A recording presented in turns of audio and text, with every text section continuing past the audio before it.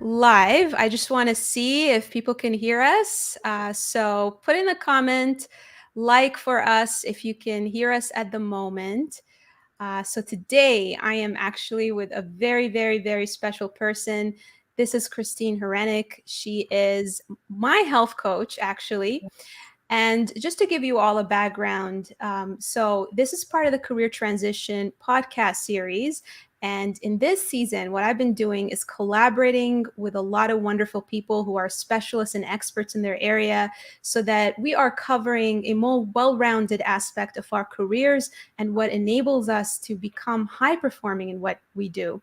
And for those of you who don't know me, my name is Nada Bohendi. I'm a career transition expert, and I help people with an agile and product up level their career.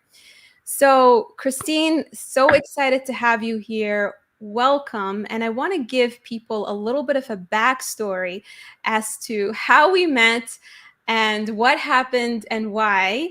Sure. And I want to confess that in, I would say, the beginning of 2022, I would say, close to 3 years into my business. I've had a lot of successes. I've helped a lot of people land jobs that they love.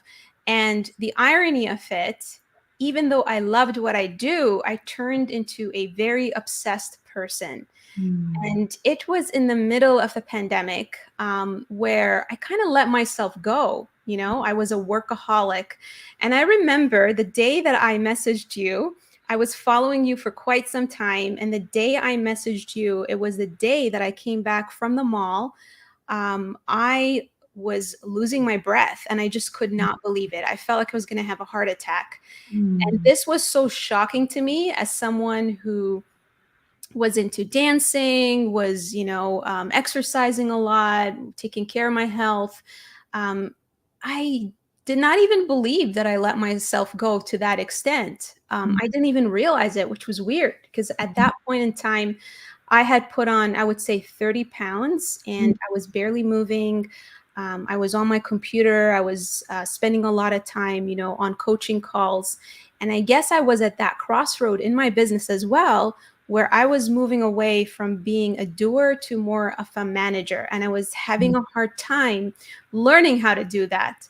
And the irony of it is I realized that, if I'm not able to take care of myself, how am I going to be able to be a great leader and take care of others?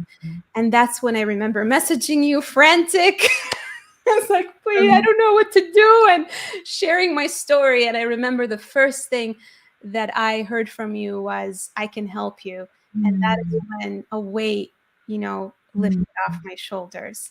And that is, everyone, the backstory of how I met Christine and realized after trying so many different things that once you find the right approach and the right system and the right coach, magical things happen. Absolutely. And I remember exactly where I was when we were talking because I can relate to your situation, as I'm sure a lot of people can here, where you get into this work grind headspace, right? Where everything just becomes more important and yourself becomes secondary. And you may be killing it in your career, killing it in so many different areas, but it's so easy to just to put yourself on the back burner. And I see that time and time again. And it gets to a point where the thing is, it's like one bad meal, one high calorie meal is not going to set you back, right? Just like one healthy meal isn't going to set you forward, but it's the sum of those choices. And it's so easy just to get in this zombie mode, this like where you just do what you need to do and put yourself last and put yourself last. But it takes a toll. And a lot of people don't realize it until an experience like the mall experience where they see a picture of themselves and they're like, damn, is that me? Like, and once it does hit you, it's like, how did I get here? And the reality is there is a way out. You do need a plan because diets don't work, but plans do. And the same strategies and efforts and tactics that can be applied to business can absolutely be applied to your health. And it's so important to keep yourself a priority in spite of everything that you have going on. And that's why coaching does help a lot of people. Absolutely. The accountability. It's not just systems, but having the accountability. So, Absolutely. Christine, before we get into, you sharing your expertise around tidbits around what people can do to up level their health. Mhm. I think a lot of us are curious Mhm. about how you got into this health path, because you have quite an incredible, background being, within chemical engineering, a food scientist. And it sounds like that wasn't the first thing that you got into. And so we are very curious about your why behind it and knowing you. I know this, the being in top shape was something actually that you worked hard for. You weren't just born with. And so we're very curious about that. Yeah, so my background is in biological and chemical engineering, and I started my journey at Drexel University. I have a bachelor's and master's, and I got my start working for Fortune 100 company DuPont. Worked there for many years, transitioned into biotech, and was doing great. Loved it. Started to get a thirst and a feel for that entrepreneurial spirit being in a smaller company. And it was 2010 when I had an opportunity to be an owning partner in a dietary supplement manufacturing business. I had two business partners at the time who were great at sales and marketing. I was good at product development and manufacturing. So they did the front end, I did the back end. I built a manufacturing plant, made it FDA registered and certified, and we did private label manufacturing for many years. But through that process, creating these products, I created thousands of products for brands sold all over the world. But I just started to get a little curious. I started to drink the Kool-Aid. I used to be a runner, long distance runner. I believed at the time that if I did enough cardio, I would have the body of my dreams. So I challenged myself to run a marathon. I did it, but like my body didn't look the way I thought it would look, right? Like it just, I didn't have that tight, lean aesthetic. And the reality is, I would run, my goodness, 50, 60, 70 miles a week, but I still didn't look the way I wanted to look. So I'm like, what is wrong here? And it all came down to my nutrition. So I used my knowledge of science and try to apply it to myself. And I used to get stuck in cycles of defeat where it would be my emotions getting in the way. But it's crazy because as a scientist, as somebody who's built plants and built so many products over the years, when it came to myself, I would just make all these excuses and I couldn't get it together. So I said, okay, if it cannot be measured, it cannot be improved. So what am I not measuring, right? I wasn't, I was drastically underestimating how much I was eating. And it's very, what's the word? There's this like moment where you're like, damn, I eat that much. Like I couldn't believe I ate as much as I did because I would eat healthy foods, but my portions were like obnoxious. Like they were just so big. And I was eating north of 2,000 calories a day. Again, that's not bad, but it was too much for what my body needed. And I just kept justifying to myself, I deserve this food. I deserve this food. I just ran 10 miles. I deserve this. But the reality is, if I wanted a certain aesthetic, a certain body fat percentage, a certain look, the reason why I wasn't there, it all came down to my nutrition. So I said, okay, I'm going to do this. I did an experiment on myself and I said, I'm going to do a fitness competition. And at that time, my first fitness competition was in 2012. This was like the scariest, hardest thing I've ever done because you have to imagine for a lot of people, anyone who has an athletic background, your goal is more performance oriented. With a fitness competition, your goal is aesthetic oriented. Like it's what you look like.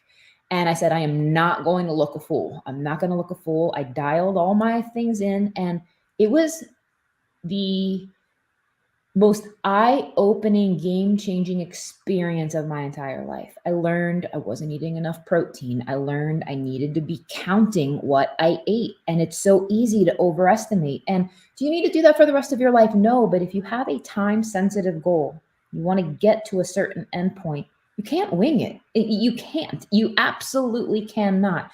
And once I did that, I was like, holy shit.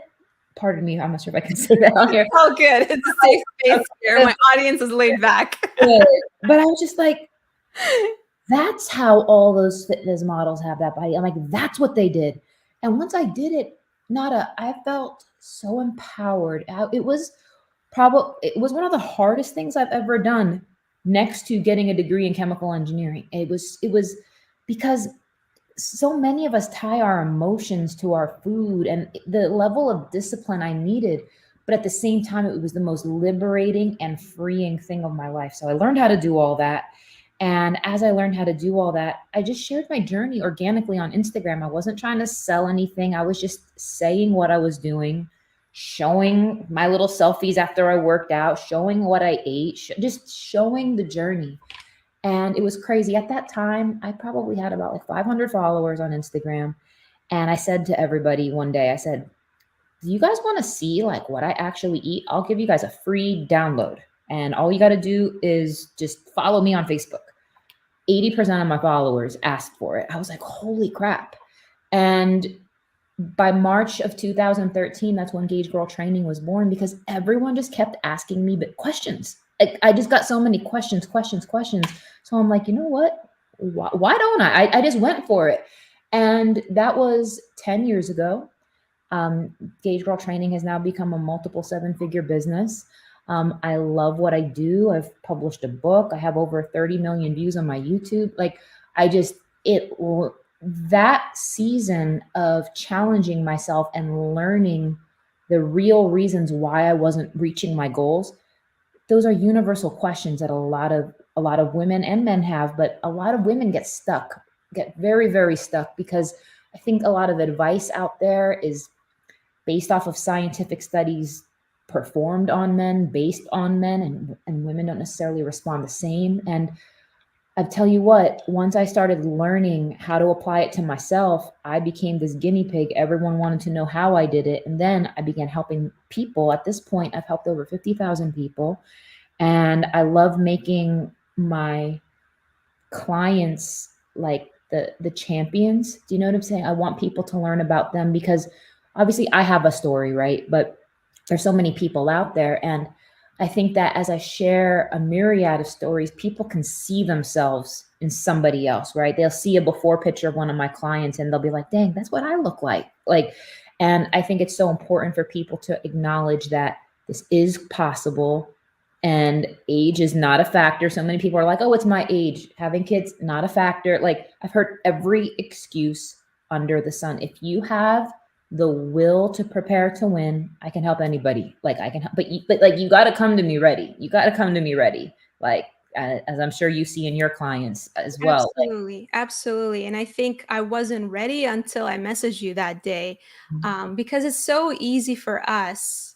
I mean, for me especially, it was easy to just blame it on a lot of external factors. And mm, it's quite interesting because that got ingrained in me, ironically, more as I worked with others, mm, where the idea was planted in my head that maybe you're perimenopausal. And I'm like, really? I'm not even 39 yet at that point mm, when I reached out to you. mm, Oh, you're kind of you're a lost cause because it's just your metabolism or whatever. That's the way it works. And I remember when you and I worked together, the best thing that I heard from you was you have a great, strong body that you should be grateful for. mm, And the mindset change from my body is doing me a disservice to there are actually things that my body prefers. And if I do these things, my body can be a powerful machine that can help me. mm, Um, Something that I would say that resonated with me in what you said is that it wasn't just smooth sailing for you, mm, getting mm, into the shape that you want to get into. mm, A lot of the stuff that we see in social media is that there's all these influencers and we wonder, wow, they must have been born with these bodies, right? mm, And what I'm hearing is, despite us not being born in a certain body, we can still achieve a really good shape and a level of performance. And I can say this as someone who grew up in mm, a family where it was ingrained in me to have body image issues. I still remember growing up how I was made fun of because I was mm, a little bit chubbier than other kids. I know that I had a bad relationship with food because my father used to tease me a lot when I was eating. I mm, still have this image of him to mm. this day of how he would ask me to weigh myself in front of him. And Wow. that sort of caused a lot of trauma for me. Mm, which made it extremely difficult to have a good relationship with food. mm. What is your take in that? Do you think that there's some kind of subconscious stuff that goes on that interferes with the process of us getting into a high performing, level? Absolutely. And the one thing that I tell a lot of my clients is that we're here to establish your new normal.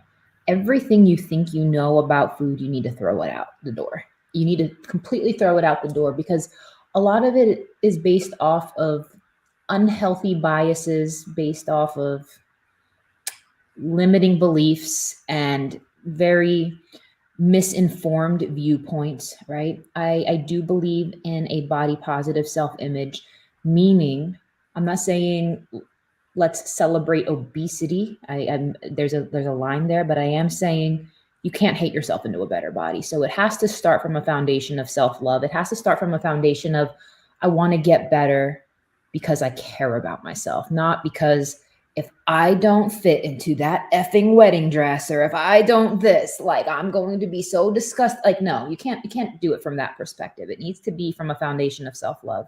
But on top of that, you need to reestablish your new normal. You have to relearn what does my body need? How should I really be eating? And unfortunately, in this day and age, like people would either look at what somebody famous is eating, look at what their favorite influencer is eating, and even doctors give terrible nutrition advice because doctors literally get less than 20 hours of nutrition training in their entire like medical career. They're designed to prescribe medicine. And food, in my opinion, is the greatest medicine. So my point is when I say you need to relearn how to eat, you need to reestablish your new normal. That means, okay, how many calories should you be eating per day? What does that actually look like? And the thing is, it's not the type of thing where like I can tell you what to do and you should follow a plan and get your bases like set up.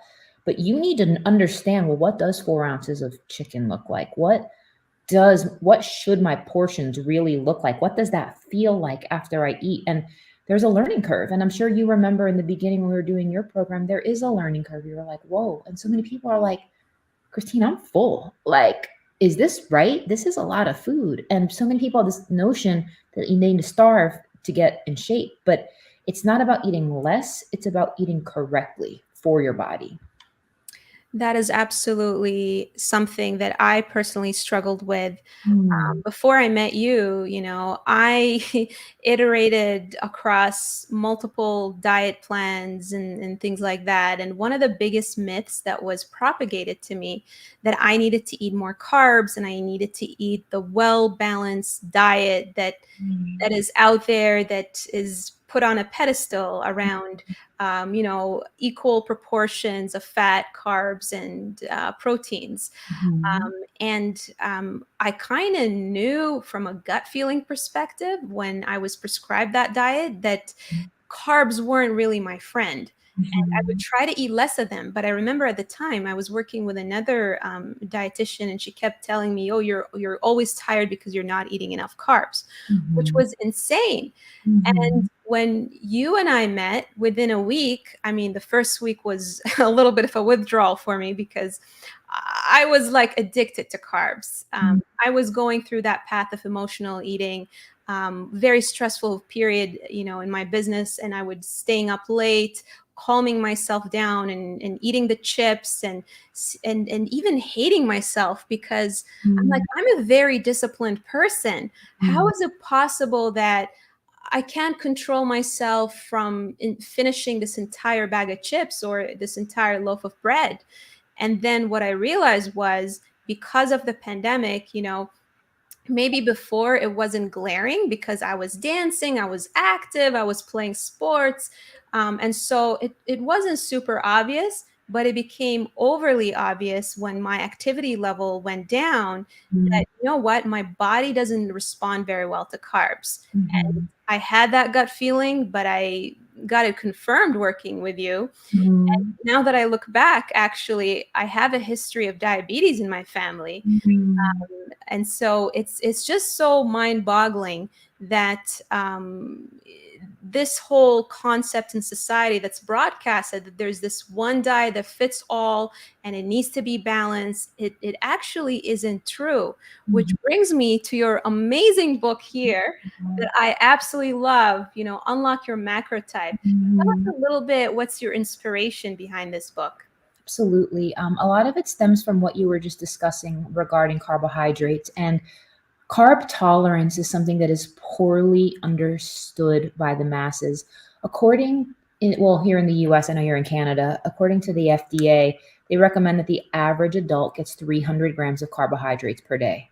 And there is a spectrum of carb tolerance. So, on one end, you have people who have type 2 diabetes, insulin resistance, PCOS, hormone issues, who do need to be on the lower carb end. But on the other end, you have people who I call ectomorphs or hard gainers. I think we all know that one person who can just eat and eat and eat, never gain a pound no matter what. And I'm like, just F you. Just F you. Like, it's just not fair. But we all know people like that. And that is real. They can't help it, obviously. I'm just being silly. But the reality is there is a spectrum, and most people fall somewhere in between that. And the guidelines for the standard American diet is a high carb, low fat, low protein approach to nutrition. And that only would work for people who are extremely active and are hard gainers, people who just have a very, very high metabolism. That diet approach does not work for, I'd say, 90% of the general population. And the motivation for the book was to help people identify their macro type. Your macro type defines the best way to fuel your unique body type. Some people do best being carb fueled. Some people do best that way. And I guarantee you, the dietitian who shared that with you, that probably worked for her. And that's great. There's people who do best being protein fueled, meaning the higher proportion of their calories are coming from protein. And then there's other folks who do best who are fat fueled, where a higher proportion of their calories come from fat.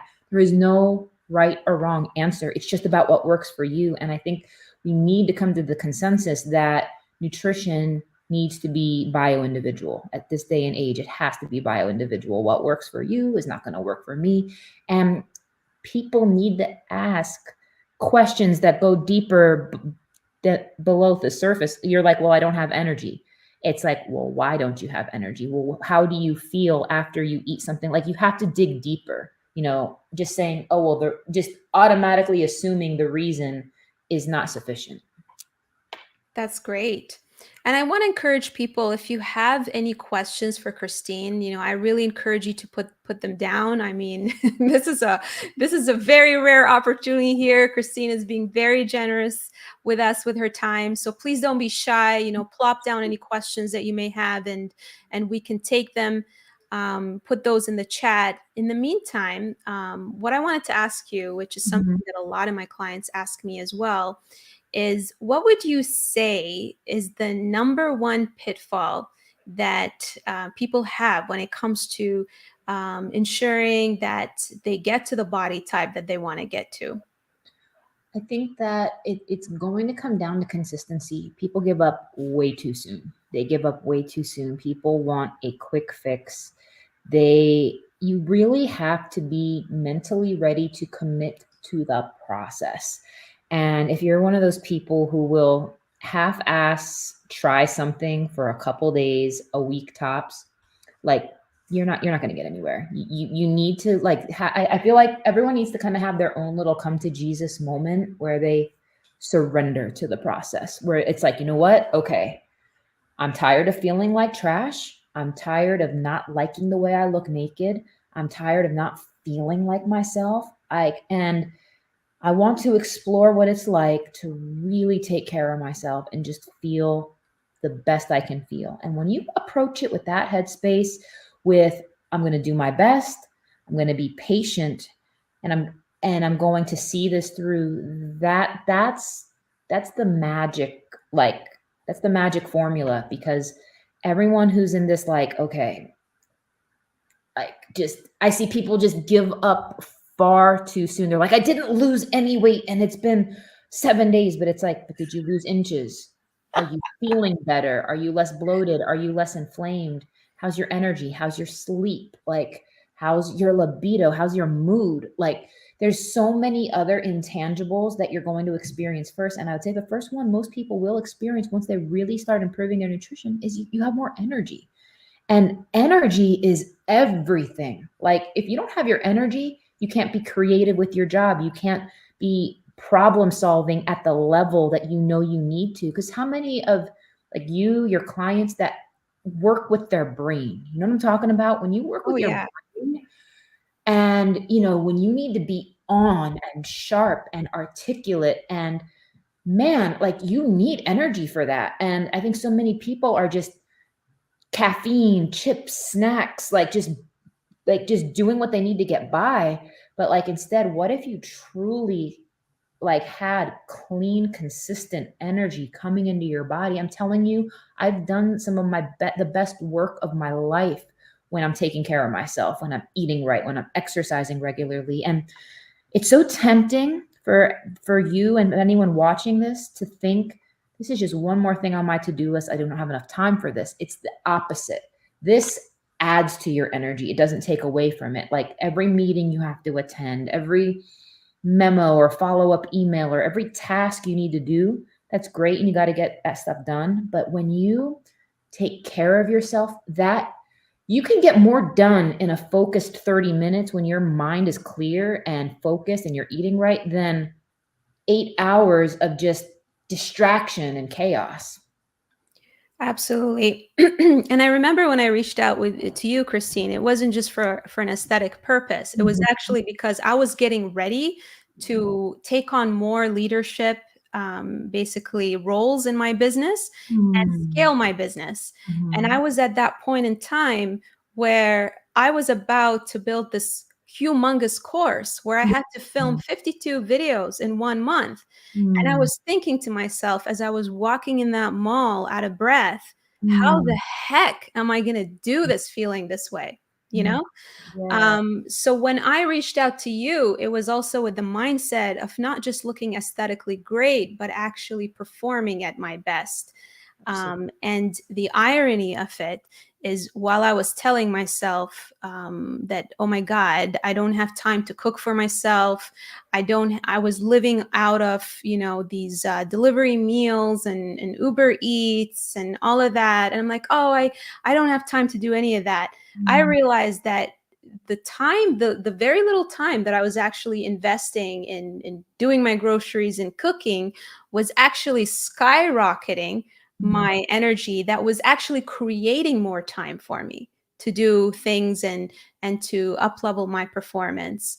So I absolutely agree with that. In fact, I think also one of the things that I learned from you is that how success is actually planned. mm, And I was all over the place because sometimes there are areas in your life that can spill into your career. I'm a firm believer of that. That's why when I work with my clients, I also encourage them to dial in on other areas of their life. So if there's some personal stuff that they need to work on, that's going to spill into them identifying what their career sweet spot is.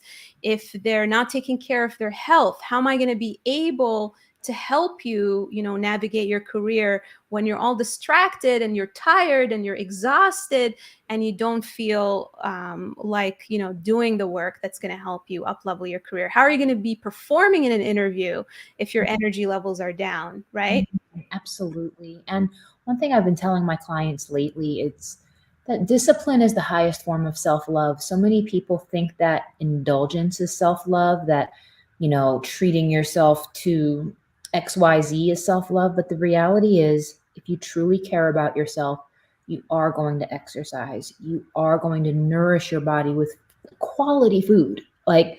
And I think that we live in a society that just wants these instant results. And so many people, when it comes to their own body, it's so easy. I see, especially women. I know you have like men and women in your like followers, but like especially women, it's so easy for them to just put themselves last and just people please and put the needs of everybody before them, including like bosses and customers and clients. And if you're not okay, no one's okay. Like I tell that to people all the time, and you have to take care of yourself. No one's going to do it for you. Like no one is going to do it for you. Like and it's crazy, Nada, because I've had clients who are A-list celebrities, right? I'm talking private chefs who like will cook everything. All they got to do is just sit down and eat. Right? But even my clients with the most resources, that still doesn't guarantee success. The You have to want it for yourself. Nobody can want it for you. You have to truly want to feel better and really have a true change from the inside out. And it's crazy because I'll have some clients who are single mothers working 2 jobs, like doing the most and getting better results than my clients with personal chefs. So it's just like people who are like, well, if I had this, if I had a trainer, if I had a, yes, you need guidelines, you need to know what to do, but at the same time, the desire has to be there first and foremost. 100% agree. In fact, I still remember within the first week that we worked together, I was just overwhelmed by the idea of just walking to a grocery store and shopping and having a list. And Mm, and the thing is, when I overcame that, and when I made the time to do that and do the planning, it actually again reflected in other areas of my life.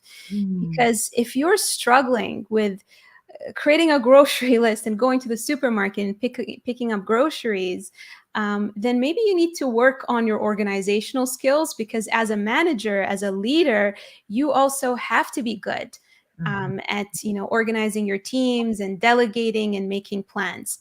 So we have a couple of questions here from the audience. Brian, he's asking how to eat well when I don't have a ton of time for shopping and planning. Absolutely. Good question. There are so many convenient things, Brian, that you can do. Something really simple. I'll give you 2 simple hacks. Just smoothies, again, you can just, it takes less than 30 seconds to blend a smoothie.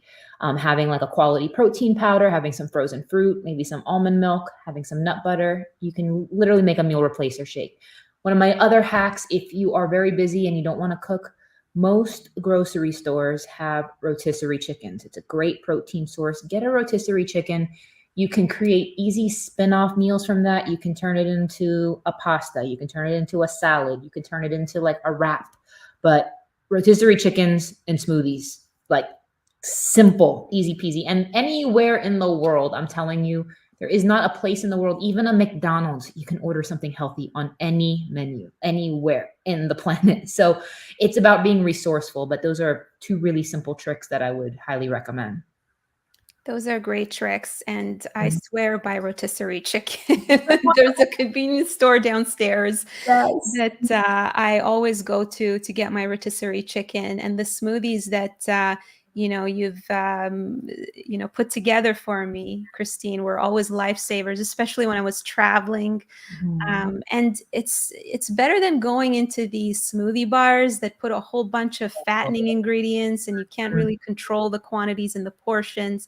They're very easy to make. You can get your fiber intake, your vegetables. If you hate, eating too many salads, putting in that kale and those great ingredients are awesome. There's another question here. Is it true that time of the month for women can bring on hormonal imbalance and food urges that can mess with your eating habits? I can definitely relate to that. I'll pass it on to you, Christine. 1000% yes. So when you are premenstrual, your body is actually expending an additional 300 calories due to all the hormonal shifts and fluctuations. So what I tell my clients, when you are in that premenstrual, or maybe even the first day or two of your cycle, you can actually eat an extra 300 calories per day above whatever your goal calories were, and you will experience 0 shifts in your overall progress and body fat percentage. So what I recommend in doing though is you want to choose those calories carefully. You want to go higher in fiber, you want to go higher in fat, and you actually want to go higher in carbs, but healthy carbs. So a good example, I would say, I would maybe do some almonds, right? Or if you really want to, maybe some chocolate covered almonds. You really want to load up on the fiber, because once your cycle begins, that's when you're actually, the weight is going to come down, because your body's going to detoxify all of the excess circulating hormones and estrogens, which is going to bring your weight back down. So When you do see that bump up in your weight during that time of the month, that is normal. That happens to everybody. And your body, as a result, can handle slightly higher calories, and don't even stress over it. Just go ahead and eat those extra calories. That's awesome to know. And do you think that there is a huge difference between the macro composition for men and women? What do you see in like the common thing that works, well with men? And I know you're a huge advocate of dialing it in for each individual, but I'm curious, is there like a common advice that you would help our wonderful men audience here to uplevel their performance? Like I have, for example, new fathers who are constantly exhausted and running around, and tell me, oh my God, my energy level is pretty low. What's your advice for them? So, first of all, it's crazy because I work with like husband and wives all the time, and like the man always lose weight like 4 times faster than the woman. So first of all, F you. No, pardon me. Okay, now No, just we love you, but we're still jealous. yes, joking. But with that being said, men have testosterone, and testosterone burns fat faster. It builds muscle faster. Men typically do better on higher carb, lower fat, moderate protein approaches. Females have a tendency to need more dietary fat. And the thing is, for men, men's hormonal cycle is a 24-hour cycle where their testosterone peaks in the morning and then it declines throughout the day. For women, our hormones are different every effing day, or are every day over the course of like 28 to 32 days. And that's a lot. Like at what you need during the first half of your cycle is a little bit different than what you could be eating the second half of your cycle. So, with that being said, women need more dietary fat to handle the hormonal fluctuations. Men can handle more carbs. Men can handle lower fats and moderate to moderately high amounts of protein. But for a man, I'm telling you, the best thing you can do is lift weights. For any men who are feeling low in energy or low libido, have some L-arginine AKG. It is the most natural form of Viagra that you can find. L-arginine AKG. It is a vasodilator. It will add blood flow through all the muscles. It will just really help you out. So that's amazing for my male clients. Like they just thrive off of that. They feel great. Their energy's better. But at the same time, remember that men and women are very different. But I would say those would be the two major differences. And what's a great pick me up, let's say, nutrition hack, Mm. other than the supplements that you've mentioned, that you would advise, your male clients to basically take if they're going through a period where it's high stress, low energy? I would definitely say you want to focus on blood sugar balance. And by doing so, when you consume any meal, you have to remember that your blood sugar is going to spike and then it's going to dip. So if you have a meal that is lower in sugar, and again, not low in carbohydrate per se, but you want to have more fats and proteins with your meals. If you're not having enough fat and protein with your meal, you're going to have dips and fluctuations in your blood sugar, which will absolutely impact your mood. So we want to be looking at like fattier proteins, nuts, seeds, cheeses, things in that wheelhouse to really help stabilize that. Wonderful. That's very helpful. Mhm. We have another question here, which is actually pretty interesting. What if you need to cook for your kids and you're tempted to eat the same? Oh my God, that's the story of a lot of us who either live with someone, have to share meals with others. I know I struggled with that when I was, working with you and my partner was around. And he was like eating all of these carbs, and he didn't want to just eat, the proteins and the fats and the vegetables because he thrives on carbs. How do you resist that temptation when you're cooking for others? So, what I would recommend, Elsa, is you want to do spin-off meals. So, you want to batch cook a main source of the meal. So, a really good example is I do this a slow cooker chipotle chicken, right? I'll throw in a batch of chicken thighs, all these chipotle peppers, and I have this big protein source. You can take that, and let's say it's taco night. So if you're making something lower carb for yourself or a little bit leaner for yourself, you can have that chicken, but maybe you're wrapping it in lettuce. Maybe you're using a little bit of avocado and some like jalapenos on yours. Well, for everybody else, let's say they're using flour tortillas or you're using a corn tortilla and they're doing the cheese and the guac and the sour cream. But like you want to create a meal that has spin-off versions of it. So because I mean, most people, your house isn't a restaurant. Yes, I know there are some people who will cook something to everyone in the household, but that's not practical for a lot of people. So that's a perfect example. And I use tacos. But like another thing is, let's say if you're going to take that protein source and maybe you add like just you can add more carbs and fats and toppings on top of anything. So again, if they're going to have rice and beans and cheeses and things with it, but you're having steamed vegetables with yours. So you kind of have to find a way to marry both. And I think that starting with a main protein source that can be spun off into other types of meals, that would be my main suggestion for you. Wonderful, wonderful. That definitely worked for me actually, is making that baseline meal. Sometimes I'll tell them, just make a side with it and eat it Yeah. so that I don't have to cook twice. Mm-hmm. Beautiful. Great. Any other questions for Christine? This is like literally your last chance. And what else did I want to say? If there was one thing that you would advise people to do, Mm-hmm. what would that be? Start coming to terms with how you are actually eating. I need if you guys could just do me one favor, download a macro tracking app like MyFitnessPal. Go through a day of just regular eating.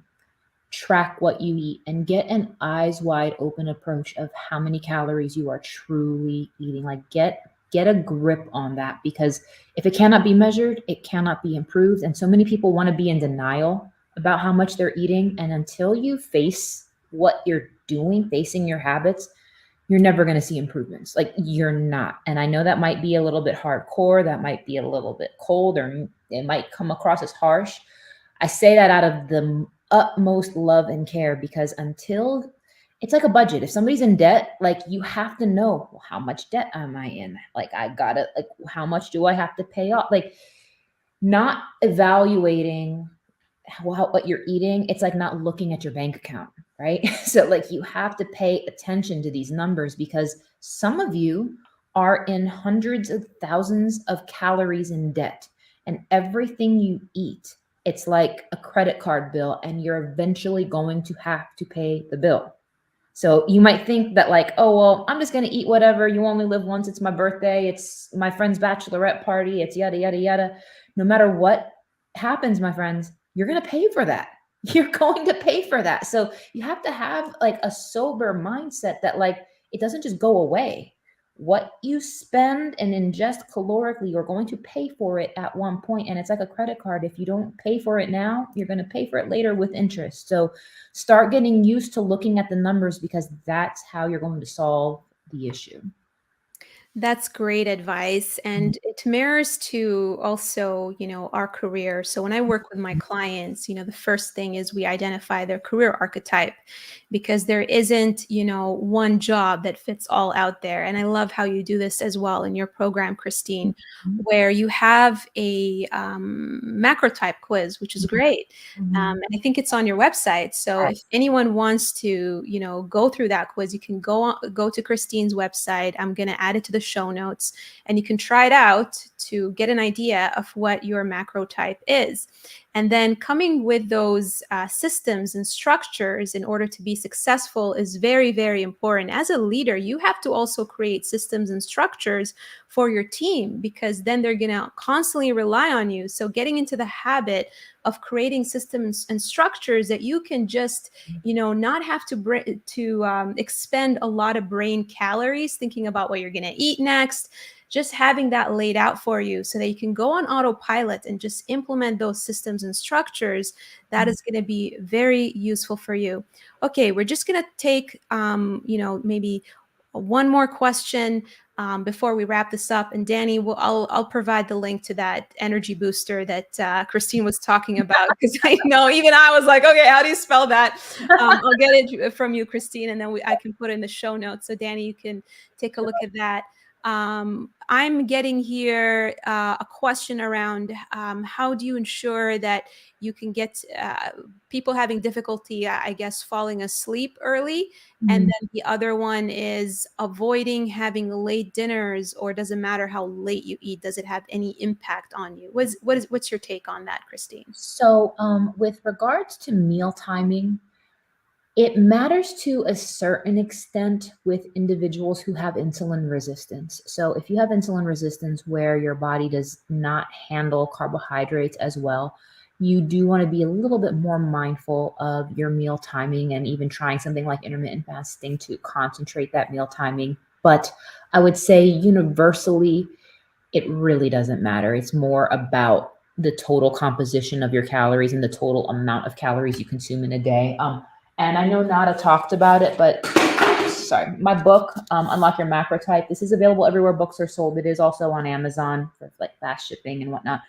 There are quizzes in here. It will walk you through how to do your own calculations or sample meal plans and whatnot, and it will really show you exactly what to do. This is only $19.99, so it's a complete steal. It's literally like a guidebook that you will read over and over and over again.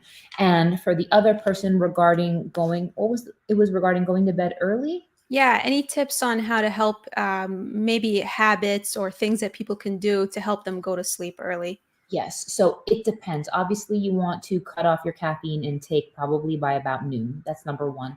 Number two is you can look into sleep aids. Um, some effective sleep aids. It depends on how strong you need one. So if you want something that's like JV, like just mild, you can do chamomile, you can do valerian root, poppy, California poppy. Now, if you want something a little bit stronger, if you're going to use this, I'm going to tell you to use it at your own risk. Test it out on a weekend first. GABA, GABA, G-aminobutyric acid. It was commonly used by Olympic athletes for recovery. And I did have one client who took it and slept in until noon the next day and missed their morning. Oh. Do not blame me. So you just gotta like titrate your dosage, but it works. It works, but like just dabble with it on the weekend first, just so you can really get a gauge for how strong and how much you need. But that's like the really strong one. But a lot of people don't use it for sleep aid. They use it for recovery, but it's like recovery on steroids, if that makes sense. But I'm going to give you guys the good advice. So That's awesome. Yeah, I definitely, what works for me personally is the passion flower tea. I forget who it's made from, but that definitely gets me into the mood. And of course, all that advice around not being exposed to electronics before bedtime, sure. meditating, having a dark room, having a cool room,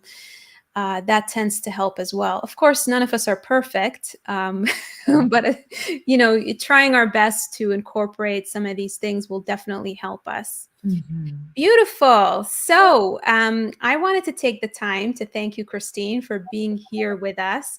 I'm definitely going to drop in the show notes all of the resources that you've mentioned so that people can find them. Be sure to check out Christine's YouTube channel. It's a wealth of knowledge, as well as her Instagram. I dropped some of those links there. Her career archetype quiz as well. I dropped the link, which is on her website. And of course, I highly recommend getting the book. It is a game changer. I have the book myself. Even though I worked with Christine, I still got her book because it's so awesome. All right. Thank you, everyone, for tuning in. If you know someone who could be, a great fit for the Career Transition podcast and you want them to share their expertise, definitely encourage you to recommend them. And I will be putting this as well in all the different channels, whether it's YouTube or Spotify, for you to tune into the episode again and revisit all of the wonderful advice that Christine has shared with us. Thank you so much, Christine. Thank you for having me. Take care.